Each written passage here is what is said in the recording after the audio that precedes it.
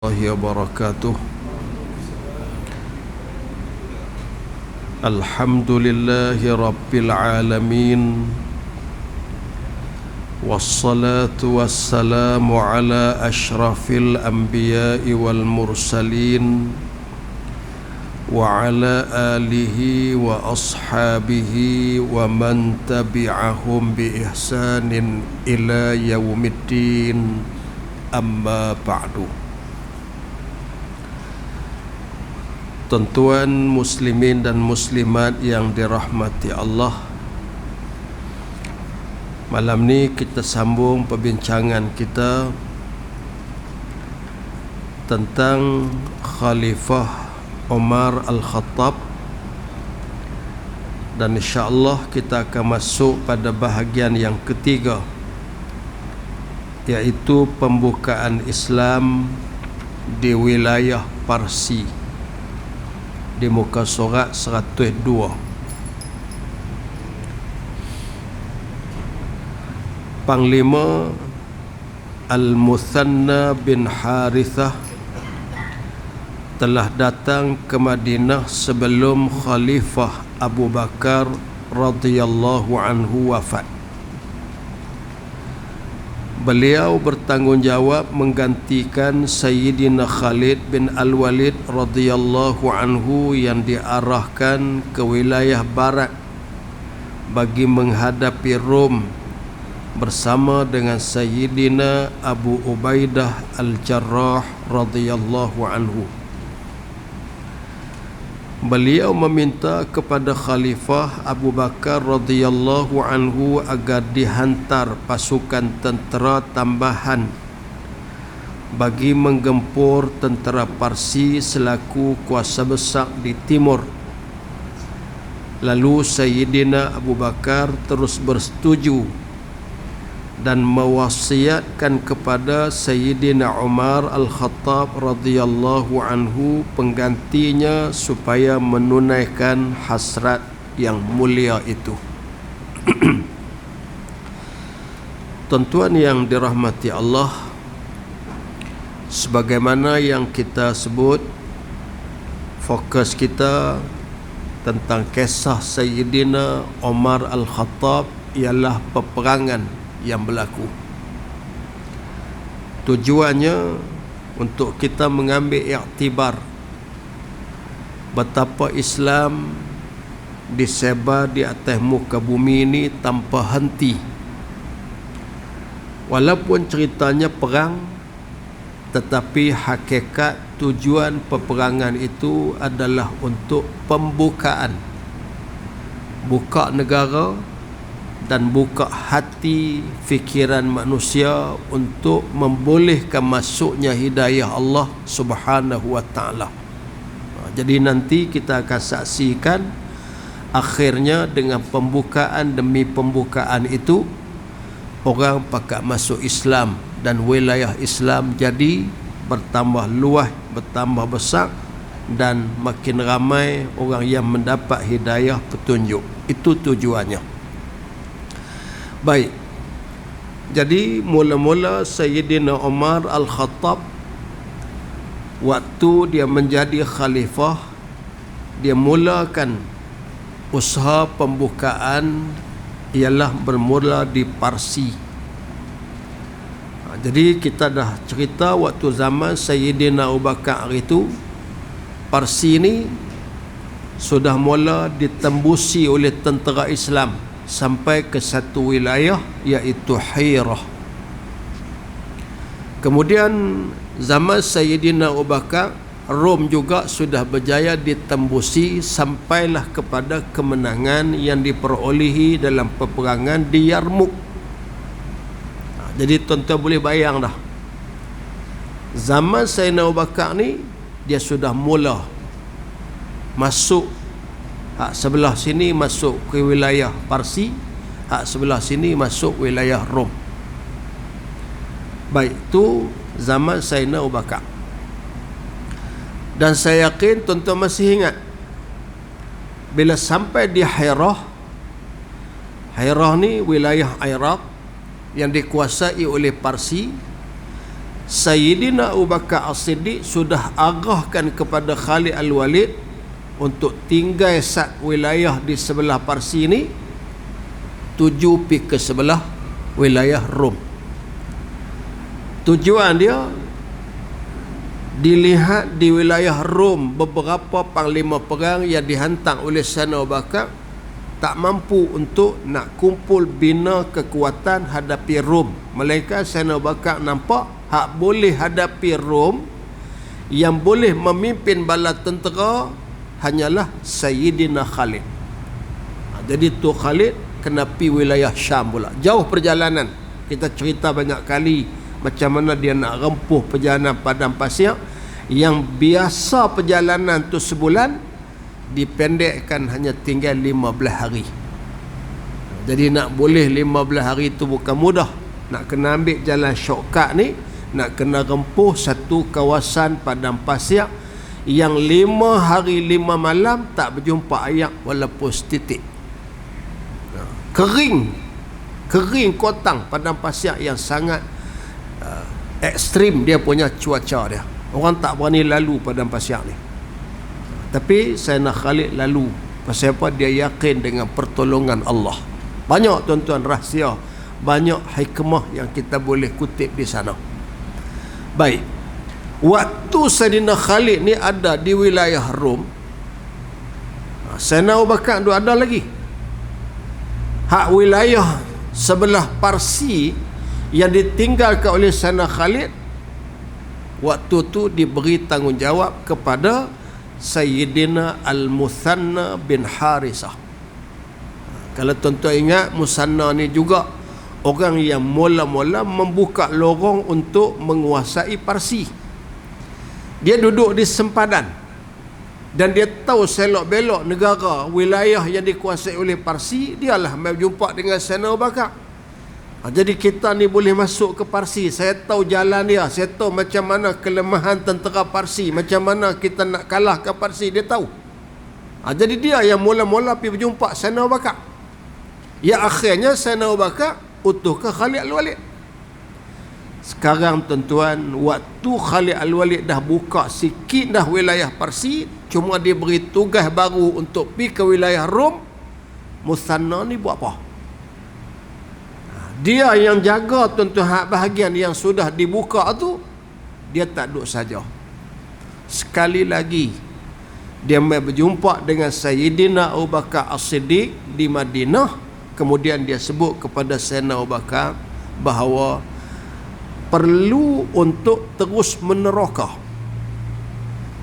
Tak boleh berhenti sekadar di Hirah. Mesti nak kena terus tentera ni masuk sehingga menguasai seluruh wilayah Parsi. Hebat tuan-tuan, semangat dia. Semangat dia luar biasa.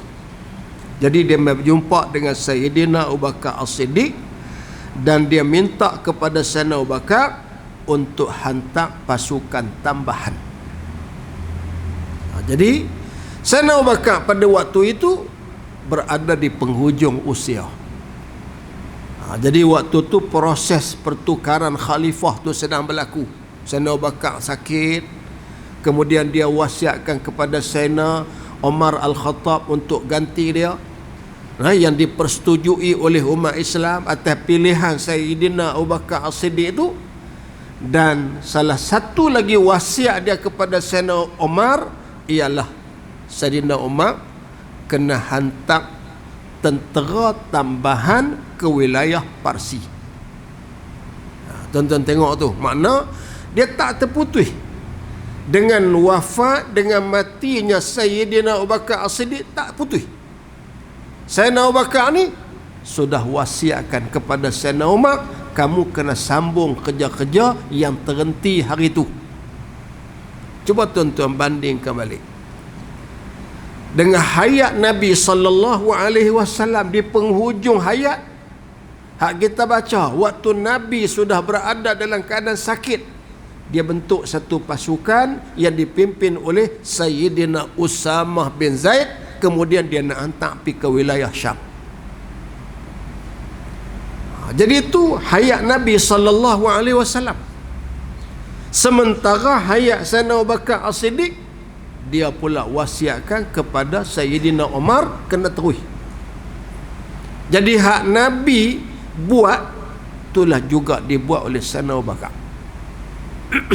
Ini benda besar tuan. Hak Nabi buat hantar Sayyidina Usamah tu untuk memberi isyarat bahawa tak boleh berhenti, Islam mesti kena sebab. Jadi isyarat itu juga diberikan oleh Sayyidina Abu Bakar kepada Sayyidina Umar Al-Khattab. Ini permulaannya. Khalifah Umar radhiyallahu anhu terus menyampaikan kepada khalayak umum. Jadi bila dia jadi khalifah, Sayyidina Abu Bakar dah wafat, apa tugas yang dia buat? Dia sampaikan kepada orang ramai. Jadi himpun bagi satu ucapan, supaya tampil ke hadapan menyahut seruan jihad dalam menghadapi Parsi, sekaligus menunaikan wasiat Khalifah Abu Bakar radhiyallahu anhu. Jadi bila dia jadi khalifah, dipanggil orang ramai, dia bagi satu ucapan.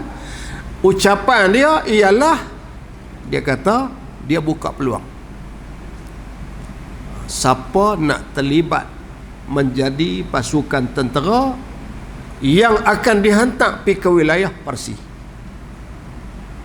Ni sahabat kita Musanna bin Harisah duk tunggu, dia nak bawa pergi sekali. Jadi tuan-tuan, siapa nak sambut? Satu. Yang kedua, dia kata apa yang aku buat ni wasiat daripada Sayyidina Abu Bakar As-Siddiq, khalifah kita. Dalam masa 3 hari buat seruan. Seruan tersebut tidak mendapat sambutan yang menggalakkan kerana kegerunan umat Islam terhadap keganasan tentera Parsi. Allahu Akbar. Tuan-tuan, istihadah nak cari orang yang sanggup untuk hadapi Parsi, mai pekat daftar. Kalau kita hari ni kira lantik buat siap dah borang. Borang online pun ada, borang atas kertas pun ada, cara manual pun ada borang. Pejabatnya sekian, nombor telefon sekian, WhatsAppnya sekian, mai daftar.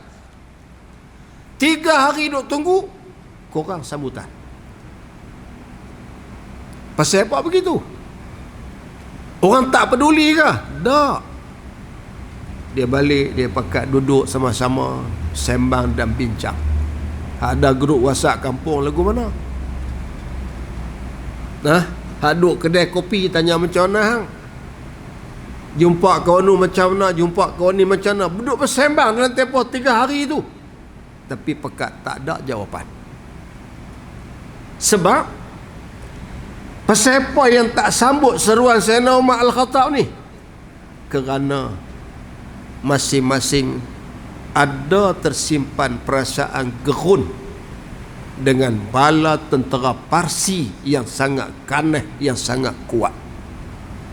Tuan-tuan, tentera Parsi ni kalau kita baca sejarah, di antara kehebatan mereka strategi perang. Kalau tuan-tuan ingat balik, waktu Nabi SAW tahun ke-5 selepas hijrah, Nabi nak hadapi tentera Rom. Nabi nak hadapi tentera musyrikin. Waktu nak hadapi tentera musyrikin, ia akan mai dari Mekah dengan jumlah yang besar. Pasal dia gabung bala tentera waktu tu dengan beberapa kabilah Arab, dipandu pula oleh puak-puak Yahudi, menyebabkan Nabi SAW panggil sahabat buat mesyuarat. Kita nak buat macam mana?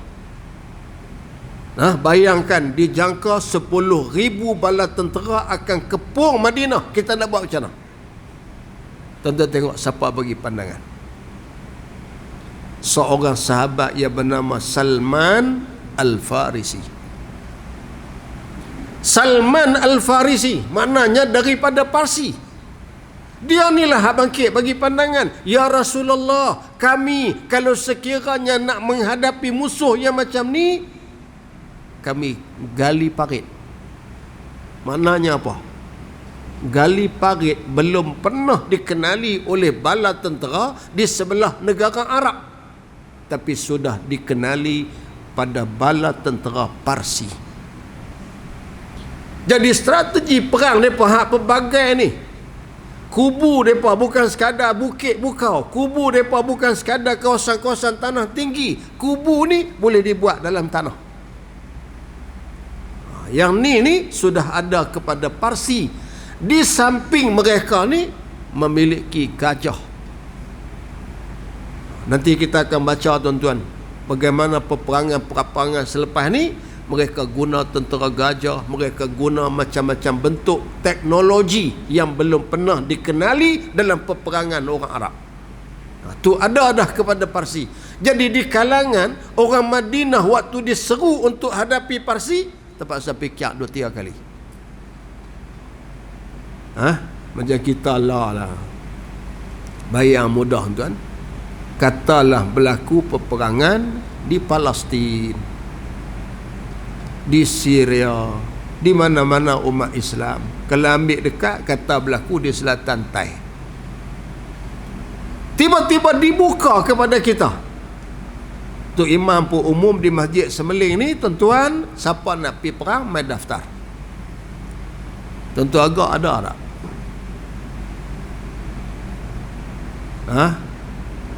Kata saya duk boleh main dengan jemaah ni pun betul dah.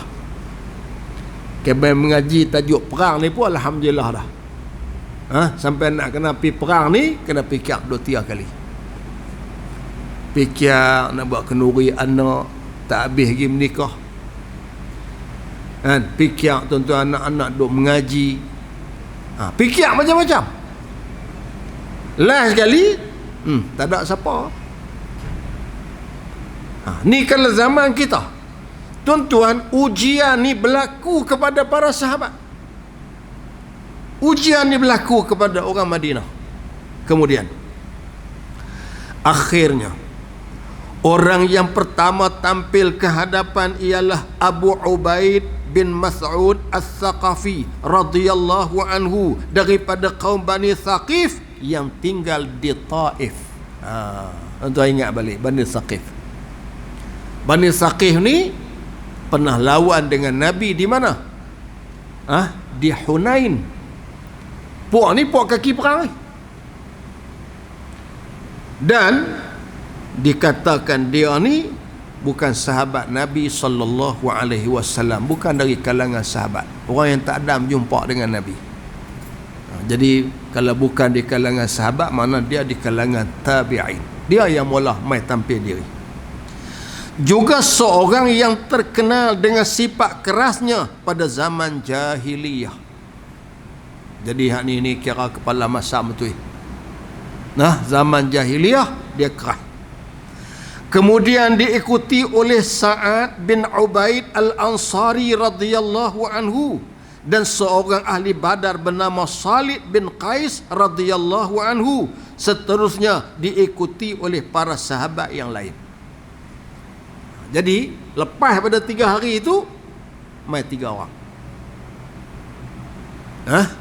Satu daripada Taif, mai duduk di Madinah ni. Kemudian yang kedua barulah satu orang yang bernama Sayyidina Sa'ad bin Ubaid. Ini orang Madinah Al-Ansari. Kemudian seorang lagi ahli Badar bernama Salid bin Qais radhiyallahu anhu. 3 orang. Siapa hak mula mai paling awal? Yang mula mai ialah Abu Ubaid bin Mas'ud As-Saqafi. Ubaid bin Mas'ud As-Saqafi, daripada Bani Thaqif. Baik. Bila 3 orang, dah lepas 3 hari baru 3 orang. Jadi Sayyidina Muthanna bin Harisah duk tunggu. Mana dia orang nak daftar ni, baru takkan 3 orang ni ya. Lalu Al-Muthanna tampil menyampaikan ucapan dengan menegaskan, wahai semua yang hadir, janganlah kalian menyangka musuh Parsi itu terlalu hebat. Dia duduk sebelah sana. Dia duduk di sebelah wilayah Parsi. Orang Arab ni duduk dengar Parsi ni menggerunkan kuasa besar dunia. Tapi dia bagi ucapan, dia kata apa jangan duk ingat puak tu hebat sangat. Sebenarnya kami telah berjaya menawan sebahagian daripada wilayah Parsi. Ni kami ni bersama dengan Khalid Al-Walid dah masuk dah sebahagian daripada wilayah Parsi. Nah, bukan tara mana enggak pun. Depa pun macam kita lah juga. Kalau cedera, sakit, mati dan sebagainya, sama dengan kita. Dan kami telah berjaya mengalahkan mereka saat mereka lebih ramai, dan kami berjaya menguasai kawasan yang strategik sehingga menjadikan kami lebih berani. Insya-Allah kita semua akan berjaya lagi selepas ni. Bagi ucapan semangat. Kan? Nak bagi jadi semangat, tuan-tuan, nak bagi jadi berani. Pasal apa? Dalam diri orang Madinah pada waktu tu rasa bimbang. Bimbanglah nak pergi lawan dengan satu kuasa besar dunia. Mereka ada senjata hebat, mereka ada strategi perang yang macam-macam, kita tak boleh jangka. Saya kalau kita salah langkah pakai tak balik Madinah. Jadi duk fikir banyak ni, akhirnya tak berani. Itu yang Musanna bangkit bagi ucapan. Salih bin Qais Al-Ansari menegaskan, wahai Amirul Mukminin, orang Parsi itu hanyalah pecahan daripada syaitan. Salih bin Qais ni siapa dia? Ni Ali Badar, hak tiga tadi ni. Salah seorang daripada tiga tu nama Salih bin Qais, dia ni Ali Badar. Ali Badar ni tuan-tuan hak 313 yang Allah Subhanahu wa taala sudah isytiharkan depa ni Tuhan ampun dosa. Dia kalau kita sebut Ali Badar ni dari ranking para sahabat ni hak tertinggi. Ali Badar. Kemudian apa dia kata? Dia kata Parsi itu hanyalah pecahan daripada syaitan. Aku serahkan diriku kerana Allah, diikuti oleh pengikut dalam kalangan kaumku dan ahli keluargaku. Jadi kalau kita faham tuan-tuan ayat ni, seolah-olah Salih bin Qais Al-Ansari ni dia memberi satu isyarat. Bukan setakat dia bersedia untuk turun perang, dia bersedia untuk menjadi kepala perang. Jadi kesediaan dia sampai ke peringkat kalaulah dia diberi tanggungjawab dilantik sebagai panglima perang pun dia sanggup. Ni Ali Badar, hebatlah. Setelah mendengar ucapan Al-Muthanna radhiyallahu anhu dan Salih radhiyallahu anhu, maka datang lebih ramai lagi yang bersedia menyertai bala tentera yang sedang dikerah itu. Ramai yang meminta agar Khalifah Umar radhiyallahu anhu melantik tokoh dalam kalangan para sahabat Muhajirin atau Ansar bagi memimpin bala tentera itu. Jadi tuan-tuan, bila dua-dua ni bangkit bagi ucapan, Muthanna bin Harisah hamai daripada wilayah Parsi, kemudian Salih ni bangkit bagi ucapan, jadi orang mula naik semangat. Naik semangat lah. Jadi masing-masing pekat mula main daftar, dan mereka pun cadangkanlah kepada Khalifah Umar, kalau nak lantik panglima perang, kena lantik dari kalangan para sahabat. Lantik di kalangan para sahabat, sama ada sahabat tu Muhajirin ataupun sahabat tu Ansar. Namun begitu, Sayyidina Umar Al-Khattab berkeras melantik Abu Ubaid bin Mas'ud yang bukan daripada kalangan sahabat. Tuan-tuan tengok. Pasal apa Sayyidina Umar buat macam tu?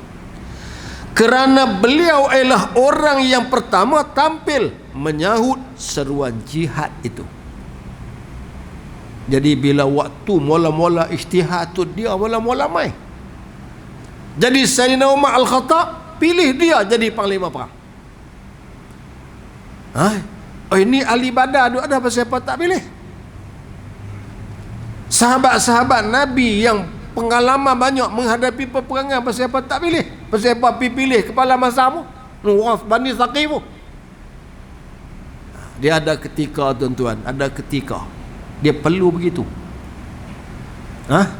Kalau tengok di sudut ranking, macam saya sebut tadi, ahli Badar ni nombor 1. Pasal apa tak lantik? Kalau bukan ahli Badar, ambil dari kalangan Muhajirin Ansar, para sahabat aduk dengan Nabi. Pasal apa pergi ambil orang yang bukan sahabat Nabi? Tapi Sayyidina Umar Al-Khattab kata apa? Dia kata, aku tidak menerima cadangan itu, cadangan untuk melantik di kalangan para sahabat. Sesungguhnya Allah mengangkat kedudukan orang yang terlebih dahulu dan segera tampil menghadapi musuh. Tu orang hak mula. Allah angkat kedudukan orang hak mula yang bersedia untuk hadapi musuh. Tu Tuhan angkat darjat dia, maka aku pilih dia. Apabila berlakunya keberatan dalam kalangan mereka, maka orang yang menyahut seruan Allah supaya berjihad, sama ada tua atau muda, maka orang yang terlebih dahulu tampil menyahutnya, diangkat kedudukannya di sisi Allah, maka dia yang lebih layak menjadi ketua. Demi Allah, aku tidak melantik orang yang mengetuai mereka, melainkan orang yang pertama menyahut seruan jihad itu. Jadi siapa hak mula yang berani, hak tu. Memang dia ada kemampuan pun. Sana umat pilih. Nah, kalau tekak berani bodoh tu tak boleh. Nah, pasal dia ada kemampuan untuk hadapi Rom, untuk hadapi Parsi. Nah, yang digeruni itu. Seterusnya Khalifah Umar memanggil Abu Ubaid, Sa'ad dan Salid. Lalu Umar berkata kepada Sa'ad dan Salid, kalau kalian berdua terlebih dahulu menyahut seruan ini, nah, kalau hampalah mai awal-awal, nescaya kalian berdualah yang akan aku lantik sebagai panglima perang, kerana kalian merupakan orang yang lebih awal menerima Islam. Jadi sembang-sembang cakap-cakap tu berlaku di Madinah. Nah, bila tuan-tuan nak dipilih ni ialah Abu Ubaid, orang duk sembang. Awak Umar buat aku tu. Patut ambil lah sahabat kanan, ambil sahabat dari kalangan ahli Badar, ambil sahabat Ansar, ambil sahabat Muhajirin. Ini bukan duk sembang. Dan dicalonkan nama Hanafi itu. Calon ni ada sahabat Nabi hak mai awal. Depa lah, patut depa. Siapa dia tu? Salid dengan Sa'ad panggil dua tu. Akhirnya Sayyidina Umar panggil. Sayyidina Umar panggil dua ni. Sayyidina Umar kata, kalaulah hampa berdua lebih awal daripada Abu Ubaid, mai daftar diri hak nombor 1 01, nombor 01 tu nama siapa? Nama Salih, aku pilih hang. Pasal apa? Pasal apa masuk Islam dulu? Berbanding dengan Abu Ubaid. Abu Ubaid tu belakang, tak ada jumpa dengan Nabi pun. Jadi ini tuan-tuan perkiraan yang dibuat oleh Sayyidina Umar Al-Khattab. Di samping ada benda-benda lain lagi. Kemudian Umar berkata kepada Abu Ubaid, dengarlah nasihat daripada para sahabat Rasulullah sallallahu alaihi wasallam. Tapi tuan-tuan, dekat panglima perang hak dia nanti bukan di kalangan sahabat, hak daftar mula-mula, hak 01 nama dia tu, dia pesan. Dia kata, Abu Ubaid, dia belakang kamu bala tentera hak kamu nak pimpin ni sahabat Nabi.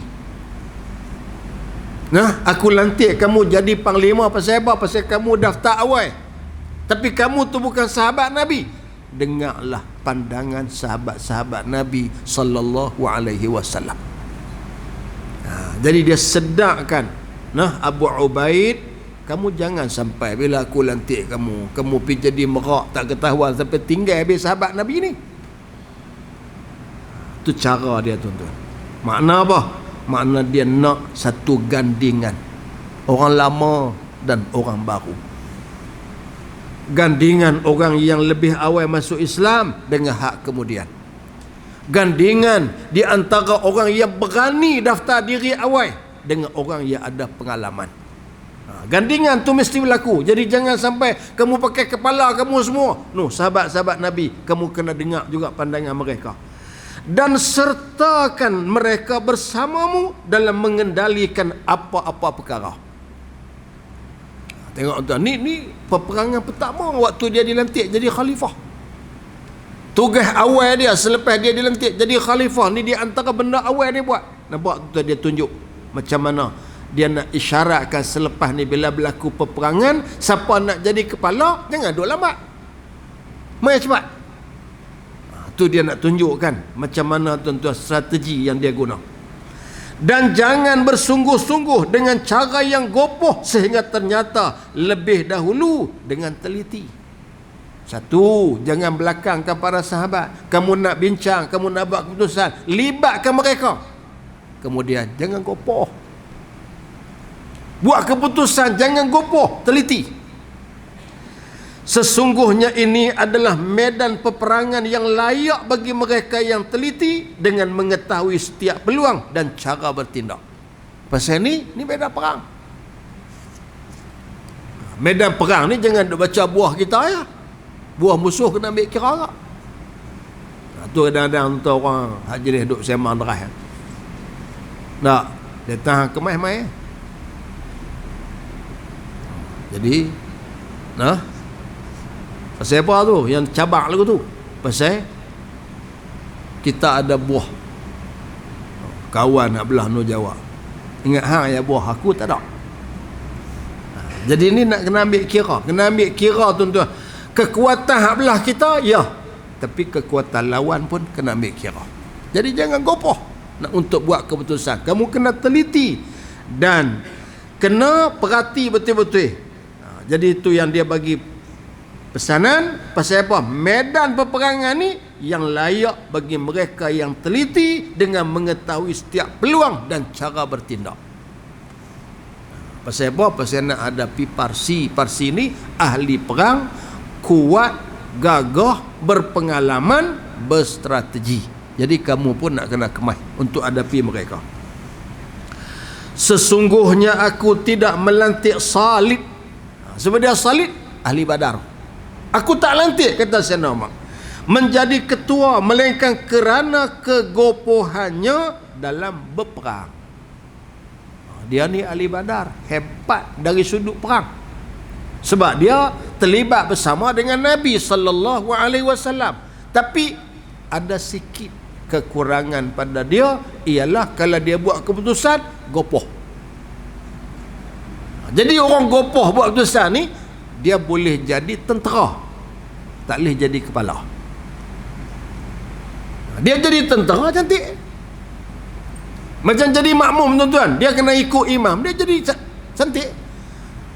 Tolak nak jadi imam berselerak habis. Pasal apa? Dia baca Fatihah. Orang baca Fatihah kena 3-4 minit, dia baca Fatihah seminit. Contoh untuk bayang nak jadi lagu mana. Kawan belakang baru ihdinas sirat, dia rokok. Kawan belakang baru iyyaka na'budu, dia i'tidal dah.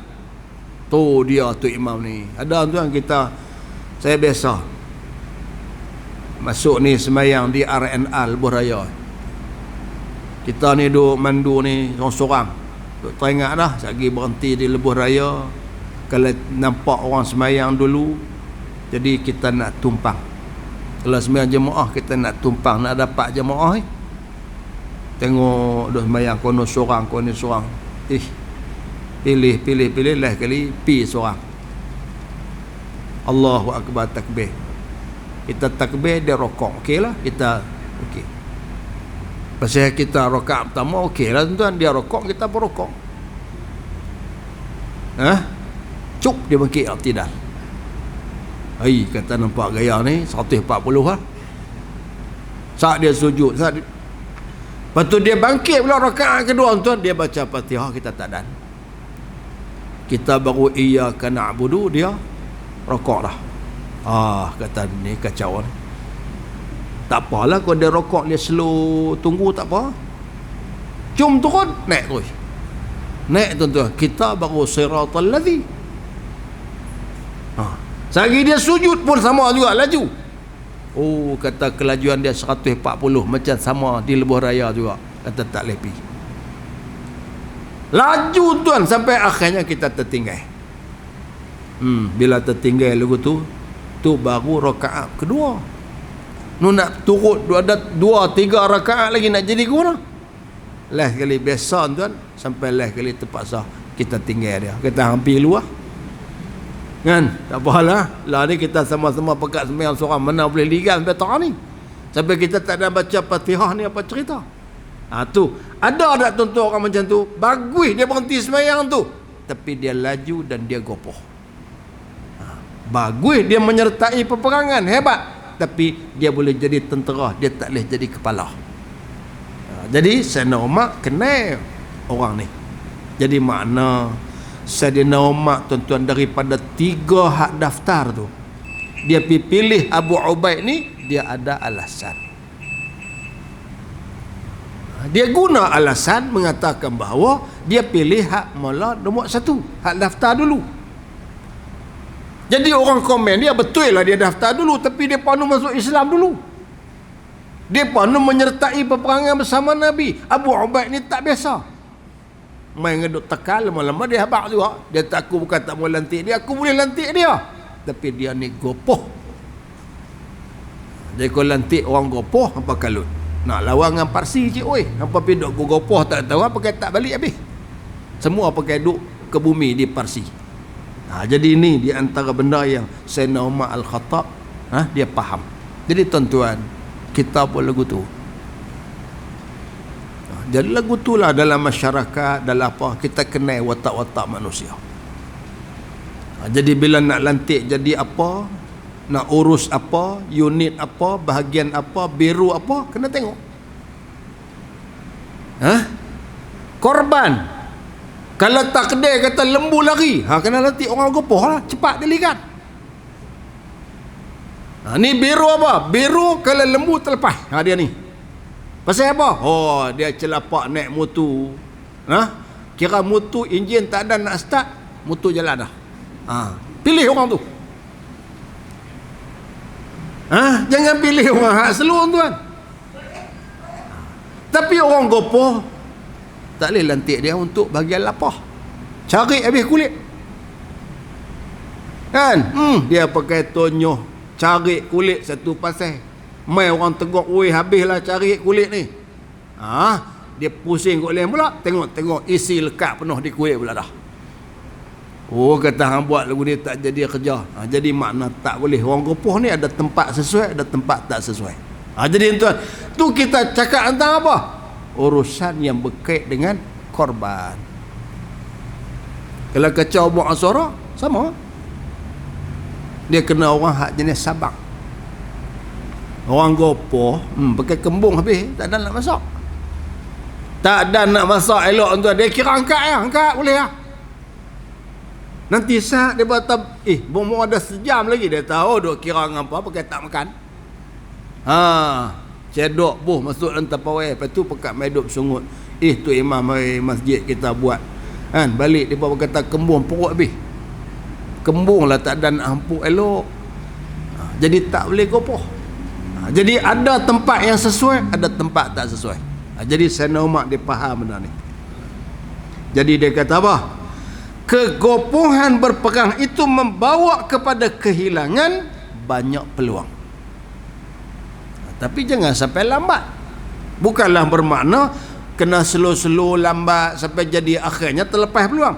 Melainkan dengan bertindak, dengan mendapat keterangan terlebih dahulu sebelum bertindak. Dan nanti kita akan baca bagaimana Sayyidina Umar Al-Khattab ni dia memecat Sayyidina Khalid sebagai panglima perang. Di antara sebab, itu kita cerita dah, dia banyak sebab. Di antara pasal apa? Dia tak mau umat Islam ni bergantung penuh dengan Khalid. Itu di antara. Tapi ada juga di antara faktor lain kerana masalah ni. Masalah apa? Dia pernah saksikan bagaimana Khalid buat keputusan sebelum dibuat keputusan oleh Khalifah Abu Bakar As-Siddiq. Khalifah Abu Bakar kata pi tekak ni. Khalid dia pi dia ada peluang, dia lajak pi. Jadi Umar tak mau macam tu. Umar kira orang yang dihantar ni mesti patuh kepada arahan ketua negara. Walaupun bila sampai di sana boleh macam-macam lagi, boleh. Mereka duduk di medan tu lebih tahu, tapi dia tak mau. Kalau nak buat tindakan mesti sampaikan dulu kepada ketua. Ini tuan di antara benda yang Khalid Al-Walid dipecat oleh Sayyidina Umar Al-Khattab. Sayyidina Umar ni dia memang teliti dari sudut tu. Tuan-tuan, dia pun keras Sayyidina Umar ni, tapi dia teliti. Dan dia tak mau semua umat dihadapi dalam bentuk peperangan. Dia nak, kalau orang hak jenis duk kira sikit-sikit perang, sikit-sikit nak bunuh orang, dia tak mau. Dia nak selagi ada peluang untuk dakwah bagi lama. Nanti kita akan berjumpa tuan-tuan. Jadi kalau kita tengok watak Sayyidina Umar ni waktu mula-mula dulu, nampak dia keras, tapi bila dia jadi khalifah lain tuan-tuan. Dia punya watak dia lain. Demi Allah, jika tidak kerana kegopohannya, nescaya aku melantiknya. Tu dia tak lantik tuan-tuan Salih tu. Pasal apa? Pasal dia kata kalau aku lantik dia, aku duk kenal dia ni satu orang yang ada sikit perangai gopoh. Kalau adalah tidak kerana gopoh tu, aku lantik dia. Akan tetapi medan perang hanya layak bagi mereka yang berhemat. Orang yang teliti, orang yang lebih berhati-hati. Seterusnya Umar menegaskan lagi kepada Abu Ubaid, dia kata, kamu akan marah ke tempat banyaknya penipuan. Jadi medan hak kamu nak pergi ni bukan medan main-main ni. Penuh dengan tipu muslihat, pengkhianatan dan keganasan, dan kalangan mereka yang melampau kejahatannya. Dia boleh buat apa saja hak kamu tak terjangkau. Ni tentera Parsi ni segala-gala perangai buruk huduh ada kat mereka. Mereka boleh buat benda hak kamu tak jangka, segala macam kejahatan.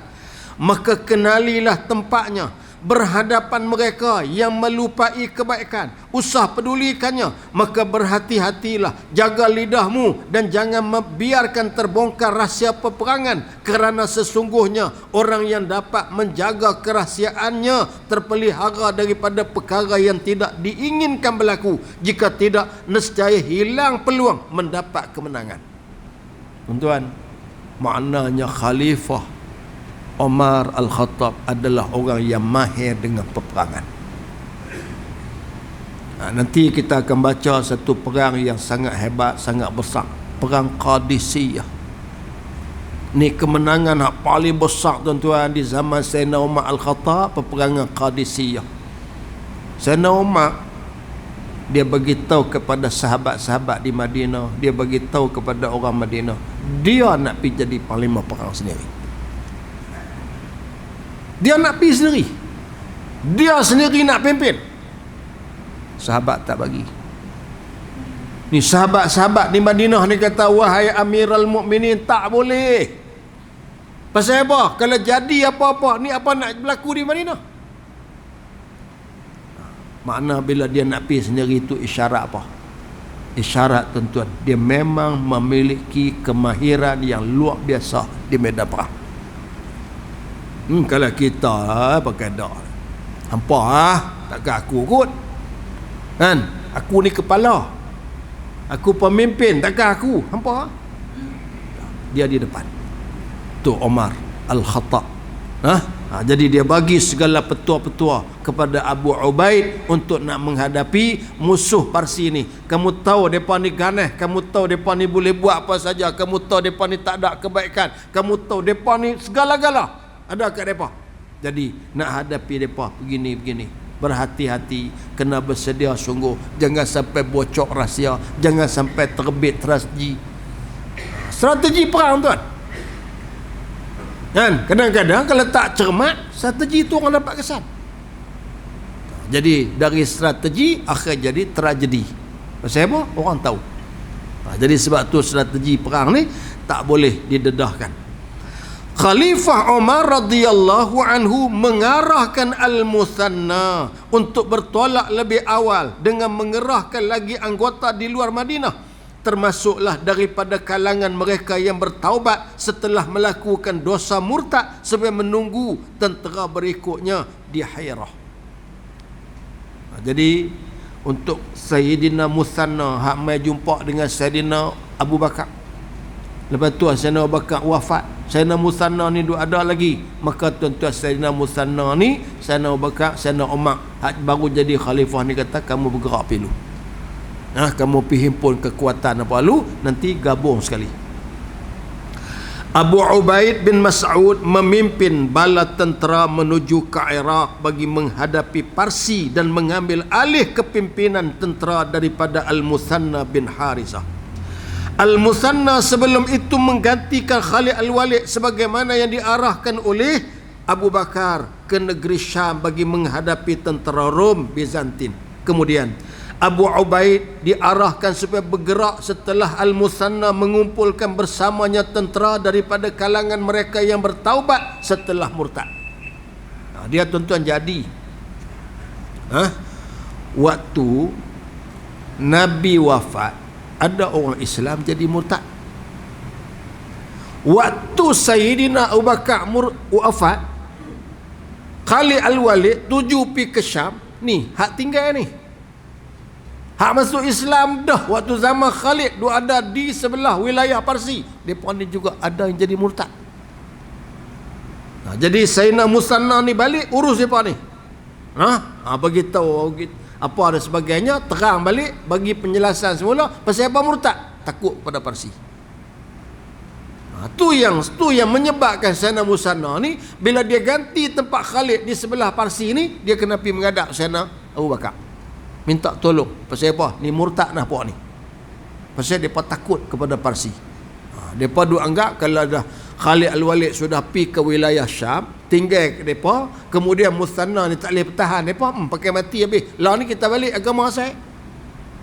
Waktu tu di Parsi Majusi, sembah api lah kita. Jadi murtad. Jadi Musanna balik pergi selesai yang tu dulu. Justru bagi membuktikan keikhlasan taubat mereka, maka dibuktikan pengorbanan mereka dengan berjihad menentang musuh Islam. Mereka ternyata mereka menyahut seruan jihad dengan semangat yang tinggi dan gagah perkasa.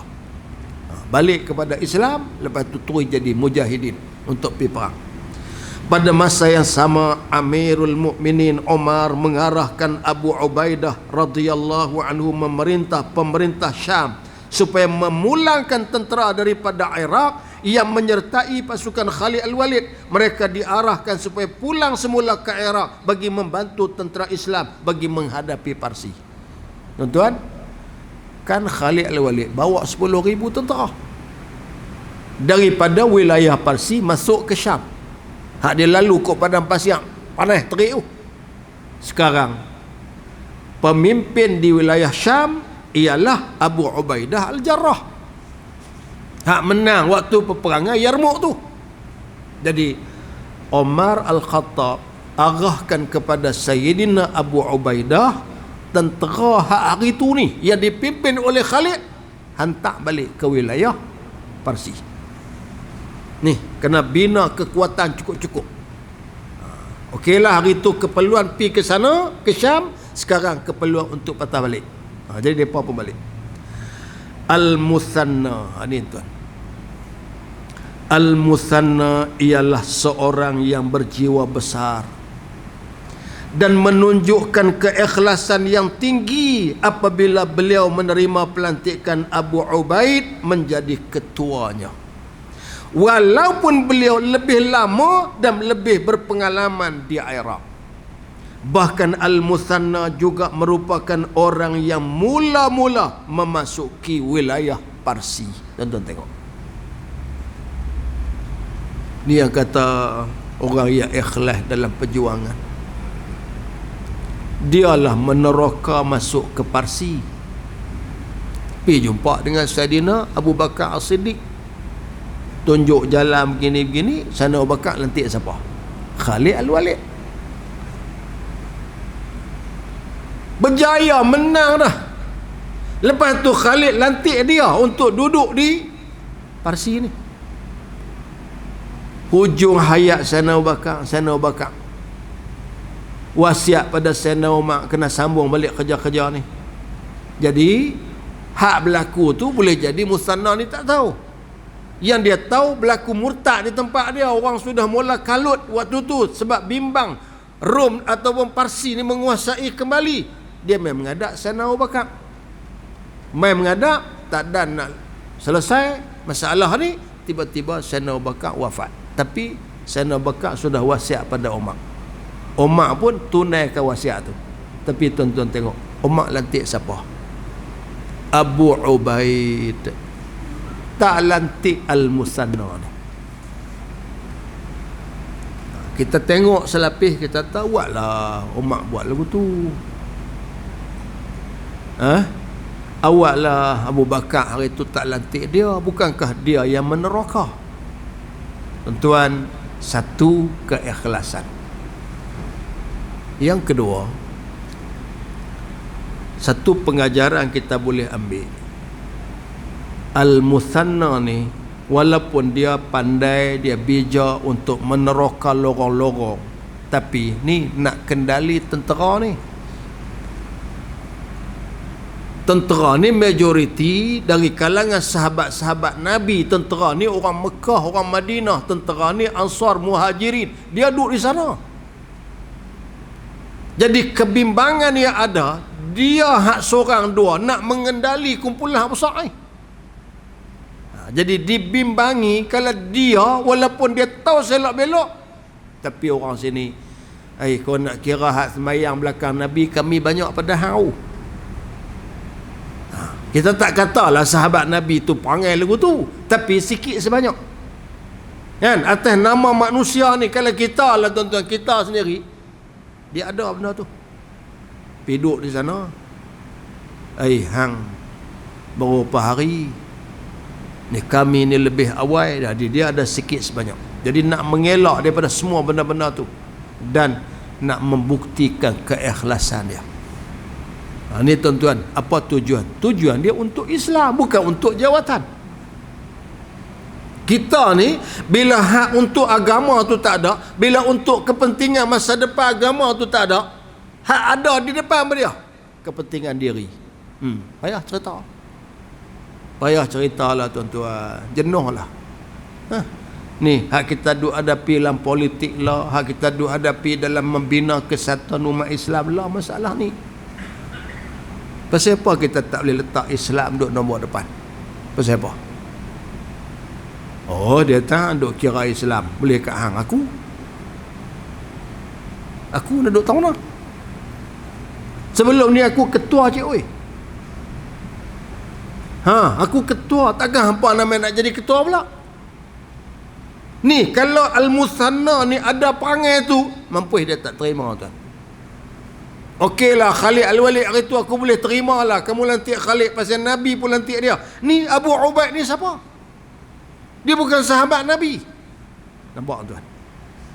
Tu satu benda yang sangat besar, jiwa yang sangat besar. Dia meletakkan agama nombor satu, meletakkan pembukaan ni yang utama, meletakkan dakwah tu yang utama. Kedudukan diri dia, jawatan itu bukan utama. Susah tuan, ni kita baca, ambil iktibar, ambil pengajaran supaya kita beringat Allah. Susah ni bukan senang, ni melibatkan perasaan, melibatkan benda yang melibatkan kedudukan, tidak mudah. Sebab kedudukan ni tuan, ada ketika boleh menjadi sebab orang bergaduh kerana kedudukan. Tapi Al-Muthanna ni tak ada tu. Tengok, sikap yang sama juga dipamerkan ketika beliau bersama Khalid Al-Walid pada zaman Khalifah Abu Bakar. Hal ini menunjukkan perpaduan dalam kalangan saf ketua pasukan adalah sangat penting bagi ketika menghadapi cabaran yang besar. Itu yang saya sebut tadi tuan. Okey, Muthanna ni hebat. Dia orang yang boleh meneroka, masuk ke Parsi, dia tahu selok belok, tapi nak menjaga kesatuan bala tentera. Bala tentera ni hak besar mana?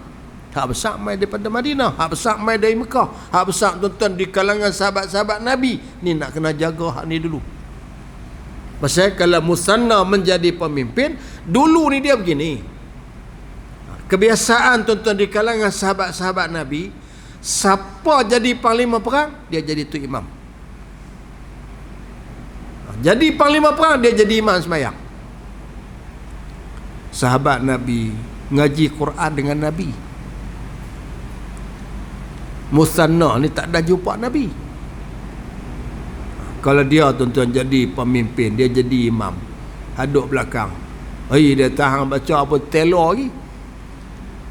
Boleh ke orang Islam Melayu kita lagi sakan hak baru masuk Islam kita panggil apa? Mu'allaf tu sehari dua ni baru sebut betul. Dulu dia panggil makloh. Dia kata hang boleh pergi tolak makluh tu jadi tu imam. Hang tengok dia baca pun dia kata aku tak lepas pi. Nampak tuan ni benda-benda hak duk ada. Sikit sebanyak dia ada kesan. Kesan kita nak perang, kita nak hadapi lawan yang besar, kita memerlukan orang yang benar-benar ada kelayakan. Jadi nak jaga kesatuan ini di antara pertimbangan yang dibuat oleh Sayyidina Umar, dan dalam masa yang sama Sayyidina Umar kenal orang yang Muthanna bin Harithah ni macam mana. Dia mai dari Parsi ni mai jumpa, dia mai mengadap, mana dia satu orang yang benar-benar ikhlas. Dia tak ada kepentingan.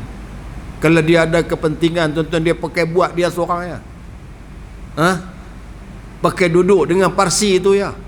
Dia boleh jadi pemimpin kalau dia nak. Tapi dia bukan yang tu.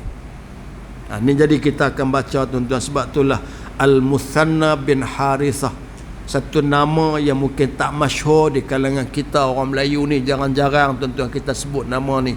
Tapi nama ni kita akan sebut berulang kali selepas ni, kerana peranan dia sangat besar membolehkan Islam masuk ke Parsi. Tuan-tuan, la ni Musanna ni tak ada dah. Hak ada pahala hak duk mengalir pi kat dia. Ganjaran yang Allah bagi kepada mereka yang membuka negara-negara baru yang membolehkan orang menerima Islam dengan usaha mereka. Jadi mudah-mudahan kita pun tuan-tuan ada semangat tu. Semangat apa? Nak bagi Islam ni boleh sampai. Di atas saya ni mana boleh sampai tara Muthanna, tak boleh. Tak boleh sampai tara sahabat-sahabat Nabi. Tuan-tuan, tak boleh sampai tara mereka. Kita buat bagi Islam boleh masuk elok dalam rumah tangga kita. Alhamdulillah. Kan? Islam boleh masuk elok dalam keluarga kita. Masya Allah. Walaupun tak mudah hak tu pun.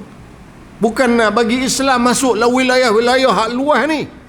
Bagi masuk dalam rumah kita dulu. Susah tuan, bukan senang. Nak bagi anak beranak kita, nak bagi adik beradik kita, mai sama-sama kita duduk dengan Islam, beramal dengan Islam, berjuang Islam ni bukan senang. Salah langkah. Depa kata apa? Ni, man tengok nampak buat kacau dalam rumah kita. Salah langkah. Tuan-tuan, nak bagi masuk Islam dalam kampung kita bukan senang. Mungkinlah ni perkembangan baik dah. Kalau dulu-dulu, ya Allah, susah. Cerita satu orang. Sikit dia buat kenduri. Lepas tu dia duk tengok dah kenduri dalam kampung ni. Orang terpakat tak ambil zuhur. Zaman kenduri pakat tu. Lah pakai catering. Dulu tuan-tuan kenduri pakat.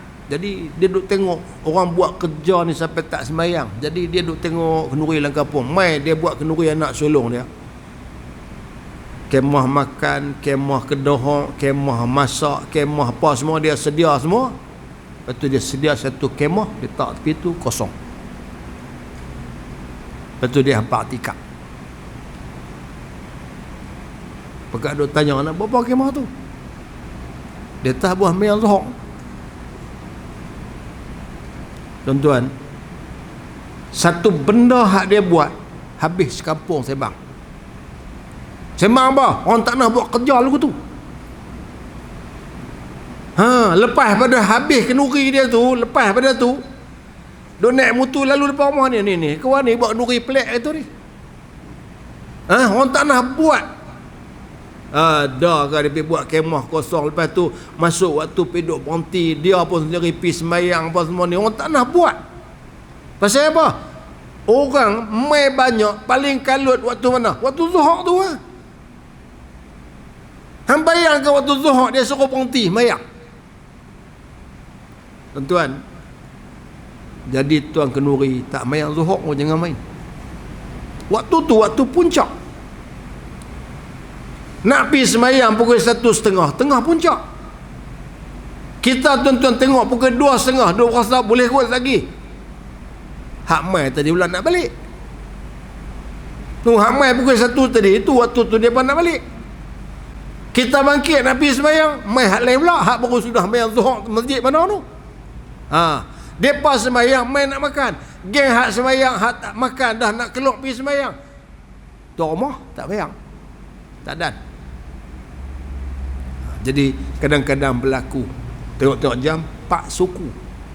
Allahu akbar. Nak asak 4:30. Jadi tuan-tuan, kita jadi tuan kenduri ni jadi. Jadi ni benda-benda hak selalu berlaku, benda hak jadi. Jadi kawan ni nak buat sikit perubahan, dia pekak sembang satu kampung. Dia tahu orang tak nak buat kerja lagu tu. Pasal apa? Selama ni orang tak peduli hak tu, dia nak ambil peduli sikit.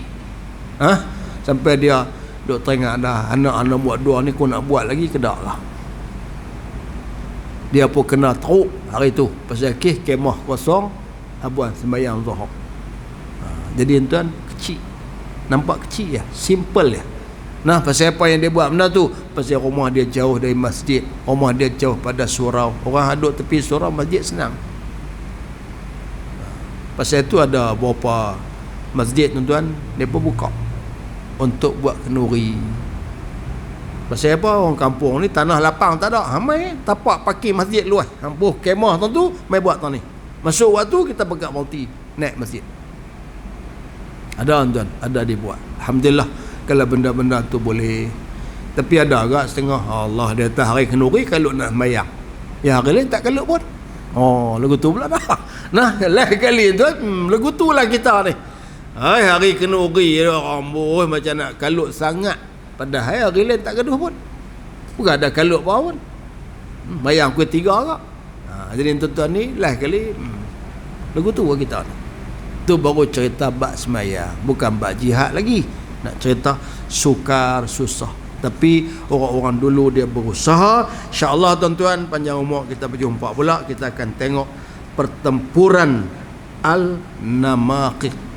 An-Namaqiq adalah pertempuran dan menjadi ujian yang pertama kepada Abu Ubaid sebagai panglima perang yang dilantik oleh Sayyidina Umar Al-Khattab radhiyallahu anhu. Salah silap minta maaf banyak.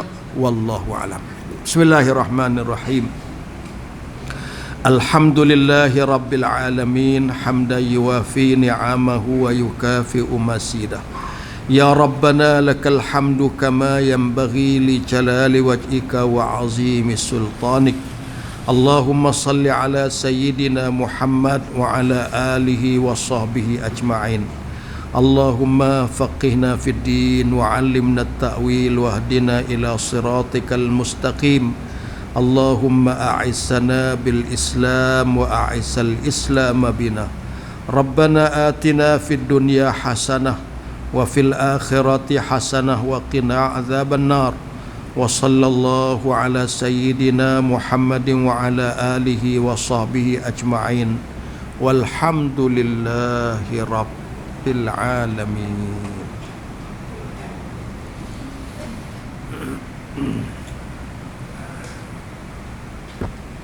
Terima kasih. Ya.